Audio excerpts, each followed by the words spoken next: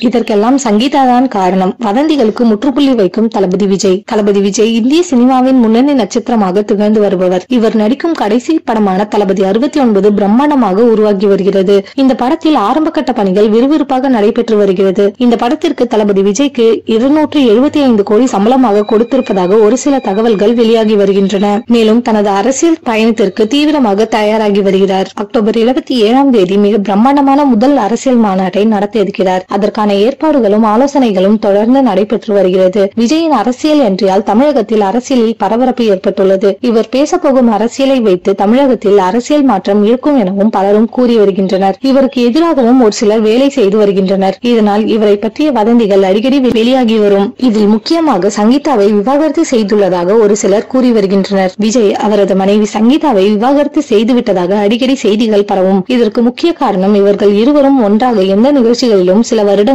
கலந்து கொள்ளவில்லை. கடைசியாக மாஸ்டர் இசை வெளியீட்டு விழாவில் கலந்து கொண்டனர். அதனைத் தொடர்ந்து விஜய் படங்களில் நடக்கும் நிகழ்ச்சிகளில் சங்கீதா கலந்து கொள்ளவில்லை. அதனால் இவர்கள் பிரிந்து விட்டதை பலரும் உறுதிப்படுத்தி கூறி வந்தனர். இந்த தகவல்களுக்கு விஜய் தரப்பில் எந்த பதிலும் வெளியாகவில்லை. சங்கீதா விஜய் தனது பிள்ளைகளின் படிப்பிற்காக வெளிநாட்டில் இருந்து வருகிறார். மேலும் விஜயின் அரசியல் பயணத்திலும் எந்த தடையும் இருக்கக்கூடாது என்பதற்காகவும் ஒதுங்கியுள்ளார். மனைவியும் அரசியலில் இருந்தால் பல விமர்சனங்கள் வரும் என்பதால் இந்த முடிவை எடுத்திருக்கிறார். இதனாலேயே இவர்கள் இருவரும் எந்த விழாக்களையும் ஒன்றாக கலந்து கொள்ளவில்லை. இந்த வதந்திகளுக்கெல்லாம் விரைவில் விஜய் பதிலடி கொடுப்பார் என எதிர்பார்க்கலாம்.